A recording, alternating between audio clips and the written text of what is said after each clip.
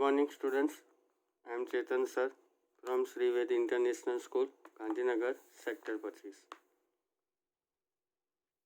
હવે 12 કોમર્સ વાણિજ્ય વ્યવસ્થામાં આપણે પ્રકરણ 8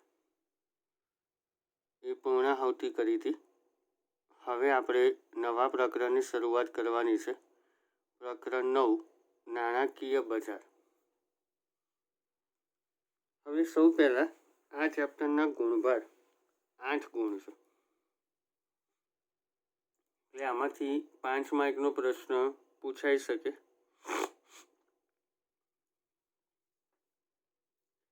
સૌ પહેલાં તમારા આ પાઠમાં કઈ કઈ બાબતનો અભ્યાસ કરવાનો છે એની ચર્ચા હું તમને કરી દઉં. આ પાઠમાં સૌ પહેલાં નાણાકીય બજારનો ખ્યાલ સમજાવો, પછી નાણાં બજાર એનો ખ્યાલ અને એની લાક્ષણિકતાઓ, પછી નાણાં બજારમાં તમારે સંગઠિત નાણાં બજાર અને અસંગઠિત નાણાં બજાર એની વાત કરવાની છે.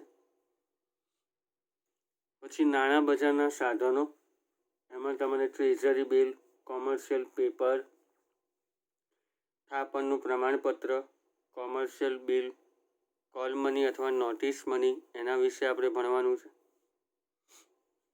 પછી તમારે મૂડી બજાર અને એના લક્ષણો ભણવાના છે, અને એમાં એના પ્રકારો,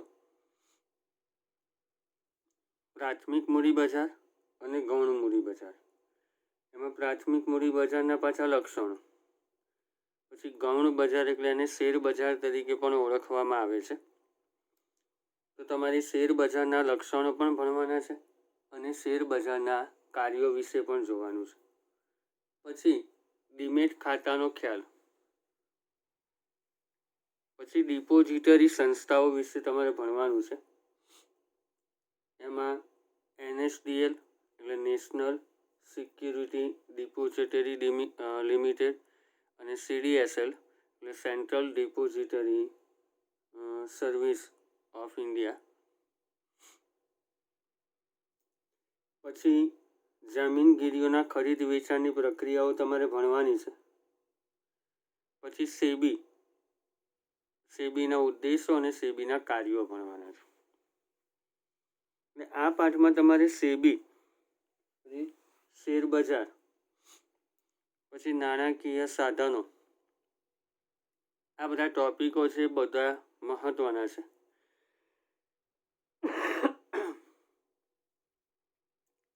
તો આ પાઠની શરૂઆતમાં આપણે સૌ પહેલાં જોઈએ કે નાણાકીય બજારનો ખ્યાલ અને એના વિભાગો સમજાવવાના છે.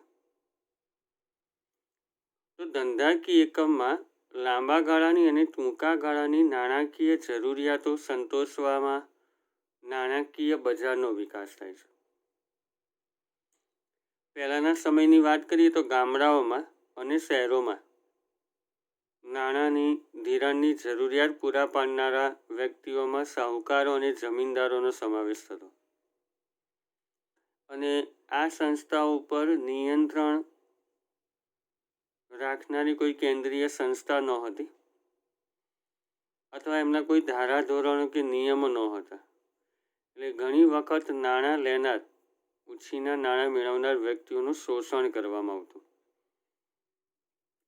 તો આને કારણે ચોક્કસ નિયમોને આધીન અને કાયદાના નિયંત્રણ હેઠળ ચાલતા હોય એવા સંગઠિત નાણાં બજારનો વિકાસ કરવામાં આવ્યો, અને ઔદ્યોગિક એકમોને લાંબા ગાળાની અને ટૂંકા ગાળાની નાણાકીય જરૂરિયાત સંતોષવામાં સંગઠિત નાણાં બજારે મહત્વનો ફાળો આપેલો છે. તો આપણે જોઈએ સૌ પહેલાં નાણાં બજારનો ખ્યાલ અને તેના વિભાગો સમજાવો.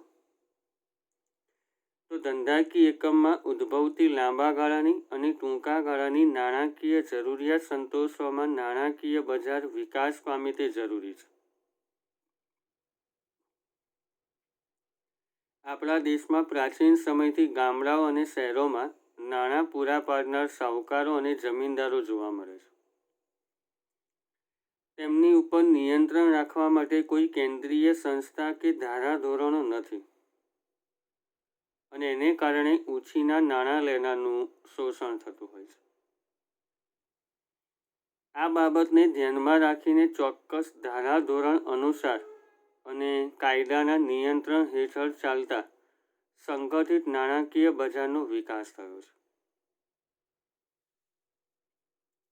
ઔદ્યોગિક એકમની લાંબા ગાળાની અને ટૂંકા ગાળાની નાણાકીય જરૂરિયાત સંતોષવામાં અને દેશના આર્થિક વિકાસમાં આ સંગઠિત નાણાં બજારે મહત્વનો ફાળો આપેલો છે. ફરી જોઈ લઈએ. ધંધાકીય એકમમાં ઉદ્ભવતી લાંબા ગાળાની અને ટૂંકા ગાળાની નાણાકીય જરૂરિયાત સંતોષવામાં નાણાકીય બજારનો વિકાસ થાય તે જરૂરી છે. આપણા દેશમાં પ્રાચીન સમયથી ગામડાઓ અને શહેરોમાં નાણાં પૂરા પાડનાર સાહુકારો અને જમીનદારો જોવા મળે છે. તેમની ઉપર નિયંત્રણ રાખવા માટે કોઈ કેન્દ્રીય સંસ્થા કે ધારાધોરણો નથી અને એને કારણે ઉછીના નાણાં લેનારનું શોષણ થતું હોય છે. આ બાબતને ધ્યાનમાં રાખી ચોક્કસ ધારાધોરણ અનુસાર અને કાયદાના નિયંત્રણ હેઠળ ચાલતા સંગઠિત નાણાકીય બજારનો વિકાસ થયો છે. ઔદ્યોગિક એકમની લાંબા ગાળાની અને ટૂંકા ગાળાની નાણાકીય જરૂરિયાત સંતોષવામાં અને દેશના આર્થિક વિકાસમાં આ સંગઠિત નાણાં બજારે મહત્વનો ફાળો આપેલો છે. તો આપણે સૌ પહેલાં નાણાં બજારનો ખ્યાલ જોઈએ. તો નાણાં બજાર એ નાણાકીય માળખાનું સૌથી મહત્વનું ઘટક ગણાય છે અને આ બજારમાં જોવા મળતા જે પણ વલણો છે, પરિસ્થિતિઓ છે, એને ધ્યાનમાં રાખીને રોકાણકારો પોતાની બચતોનું રોકાણ ક્યાં કરવું એના નિર્ણયો જાતે લઈ શકે છે. તો આવા નાણાકીય બજારમાં ભાગ લેનારાઓમાં 3 ભાગ છે. એક, જે લોકો નાણાં મેળવે છે એટલે જામીનગીરીઓ બહાર પાડનારાઓ. બીજું, જે લોકો જામીનગીરીઓ ખરીદે છે એટલે ધિરાણ આપનારાઓ. અને નાણાકીય મધ્યસ્થીઓ એટલે કે નાણાકીય સંસ્થાઓ. તો જુઓ, નાણાકીય બજાર એ નાણાકીય માળખાનું મહત્વનું ઘટક છે. આ બજારના વલણોને ઓળખીને રોકાણકારો પોતાની બચતોનું ક્યારે અને ક્યાં રોકાણ કરવું એ સ્વયં રીતે નિર્ણય લઈ શકે છે. આ બજારમાં વિશાળ પ્રમાણમાં સોદાઓ થાય છે. તો નાણાકીય બજારમાં ભાગ લેનારાઓ એને 3 ભાગમાં વહેંચી શકાય. એક, વિવિધ પ્રકારની જામીનગીરી બહાર પાડનારા એટલે કે ઉછીના નાણાં મેળવનારા. બીજું, જામીનગીરીઓ ખરીદનારા એટલે કે ધિરાણ કરનારા. ત્રીજું, નાણાકીય મધ્યસ્થીઓ એટલે નાણાકીય સંસ્થાઓ. તો નાણાકીય બજાર એ નાણાકીય માળખાનું મહત્વનું ઘટક છે અને આ બજારના વલણોને પારખીને રોકાણકારો પોતાની બચતોનું ક્યારે અને ક્યાં રોકાણ કરવું એ અંગે સ્વયં રીતે નિર્ણય લઈ શકે છે. આ બજારમાં વિશાળ પ્રમાણમાં સોદાઓ થાય છે. નાણાકીય બજારમાં ભાગ લેનારાઓને 3 ભાગમાં વહેંચી શકાય છે. એક, વિવિધ પ્રકારની જામીનગીરી બહાર પાડનારા એટલે કે ઉછીના નાણાં મેળવનારા. બીજું, જામીનગીરીઓ ખરીદનારા એટલે કે ધિરાણ કરનારા. ત્રીજું, નાણાકીય મધ્યસ્થીઓ એટલે કે નાણાકીય સંસ્થાઓ. તો નાણાકીય બજારના જે વિભાગો છે એને 2 વિભાગમાં વિભાજિત કરવામાં આવે છે. એક, મૂડી બજાર અને બીજું નાણાં બજાર. મૂડી બજારના 2 ભાગ પડે, પ્રાથમિક બજાર અને ગૌણ બજાર. તો આની એક ટૂંકી માહિતી આપણે જોઈ લઈએ.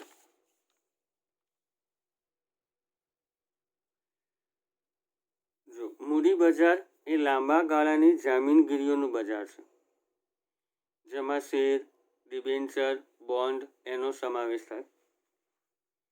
નાણાં બજાર એ ટૂંકા ગાળાની જામીનગીરીઓનું બજાર છે, જેમાં ટ્રેઝરી બિલ, કોમર્શિયલ પેપર વગેરેનો સમાવેશ થાય. ત્રીજું છે પ્રાથમિક બજાર. તો પ્રાથમિક બજાર એટલે કંપની દ્વારા બહાર પાડવામાં આવતી નવી જામીનગીરીઓનું બજાર છે. અને ગૌણ બજાર એટલે એને શેર બજાર કહેવાય, જેમાં અગાઉથી પહેલેથી જ કંપનીઓ જે જામીનગીરીઓ બહાર પાડેલી હોય એનો સમાવેશ થાય. ગૌણ બજાર એટલે શેર બજાર જેમાં આ અગાઉ બહાર પાડવામાં આવેલી હોય તેવી હયાત જામીનગીરીઓના સોદા થાય. મૂડી બજાર એ લાંબા ગાળાની જામીનગીરીઓનું બજાર છે, જેમાં શેર, ડિબેન્ચર, બોન્ડ વગેરેનો સમાવેશ થાય. નાણાં બજાર. નાણાં બજાર એ ટૂંકા ગાળાની જામીનગીરીઓનું બજાર છે, જેમાં ટ્રેઝરી બિલ, કોમર્શિયલ પેપર એનો સમાવેશ થાય. પ્રાથમિક બજાર. તો પ્રાથમિક બજાર એ કંપની દ્વારા બહાર પાડવામાં આવતી નવી જામીનગીરીઓનું બજાર છે. અને ગૌણ બજાર. તો ગૌણ બજાર એટલે કે શેર બજાર કે જેમાં આ અગાઉ બહાર પાડવામાં આવેલી હોય તેવી હયાત જામીનગીરીઓના સોદા થાય છે.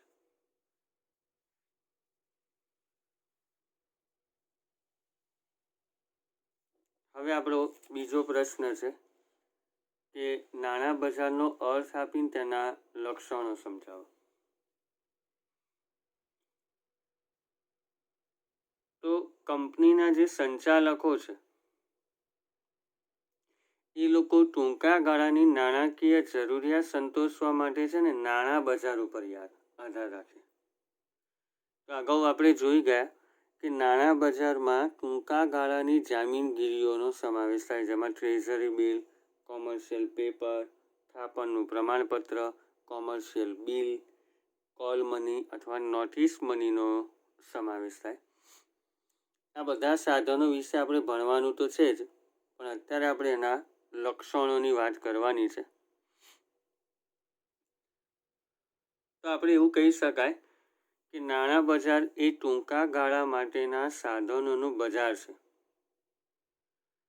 નાણાંની નજીકની અવેજી ધરાવતી નાણાકીય અસ્કયામતો અથવા સાધનોનું બજાર એટલે નાણાં બજાર.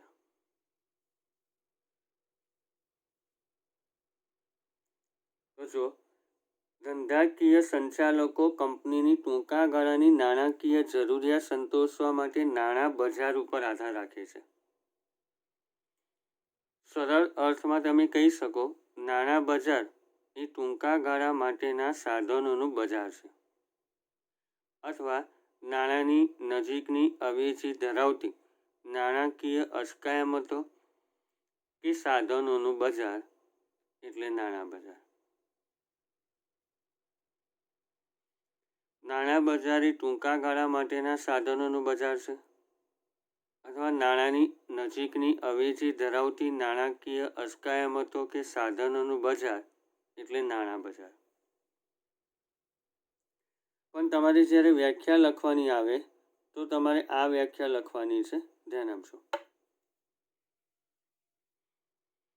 ટૂંકા ગાળાની નાણાકીય મિલકતો કે જે ઊંચી તરલતા સાથે નાણાંની નજીકની અવેજી ધરાવે છે તેના વ્યવહારોનું બજાર એટલે નાણાં બજાર. ટૂંકા ગાળાની નાણાકીય મિલકતો કે જે ઊંચી તરલતા સાથે નાણાંની નજીકની અવેજી ધરાવે છે તેના વ્યવહારોનું બજાર એટલે નાણાં બજાર. તો આપણે જે ઉપરોક્ત બંને વ્યાખ્યાઓ બોલ્યા એના ઉપરથી કેટલાક લક્ષણો તારવી શકાય. તો ઉપરોક્ત વ્યાખ્યા પ્રમાણે નાણાં બજાર એ ટૂંકા ગાળા માટે નાણાં ઉછીના મેળવવાનું અને નાણાંનું ધિરાણ કરવા માટેનું બજાર છે. આ ટૂંકા ગાળા માટે એટલે જેનો સમયગાળો 1 વર્ષ અથવા એનાથી ઓછો હોય. આ બજારમાં ઊંચી તરલતાનો ગુણ ધરાવતી નાણાકીય અસ્કયામતોનો વેપાર થાય. તરલતા એટલે તમે જે જગ્યાએ જામીનગીરીઓમાં રોકાણ કરો છો એમાં ઈચ્છો ત્યારે એમાંથી તરત જ રોકડ નાણાં પ્રાપ્ત કરી શકો છો. બીજું, આ બજાર 1 વર્ષ કે તેથી ઓછા સમય માટે પાકતી મુદત ધરાવતી જામીનગીરીઓનું બજાર છે. જો અહીંયા તમે કોઈ પણ જામીનગીરી ખરીદો છો એની પાકતી મુદત 1 વર્ષ અથવા એનાથી ઓછો સમય હોય છે. તો નાણાં બજાર એ શેર બજાર જેવું કોઈ ભૌતિક સ્થળ કે જગ્યા નથી, પરંતુ નાણાંનો વેપાર કે લેવડ દેવડ કરતી સંસ્થાઓનો સમૂહ છે. જો આવી કોઈ જગ્યા નથી જ્યાંથી તમે ખરીદ વેચાણ કરી શકો, પણ એ નાણાકીય સંસ્થાઓનો સમૂહ છે, બરાબર. એટલે ઈચ્છો ત્યારે તમે આ સંસ્થાઓ પાસેથી જામીનગીરીઓ ખરીદી શકો છો. તો ઉપરોક્ત વ્યાખ્યા પ્રમાણે નાણાં બજાર એ ટૂંકા ગાળા માટે નાણાં ઉછીના મેળવવાનું અને નાણાંનું ધિરાણ કરવા માટેનું બજાર છે. આ બજારમાં ઊંચી તરલતાનો ગુણ ધરાવતી નાણાકીય અસ્કયામતોનો વેપાર થાય છે. આ બજાર 1 વર્ષથી કે તેથી ઓછા સમય માટે પાકતી મુદત ધરાવતી જામીનગીરીઓનું બજાર છે.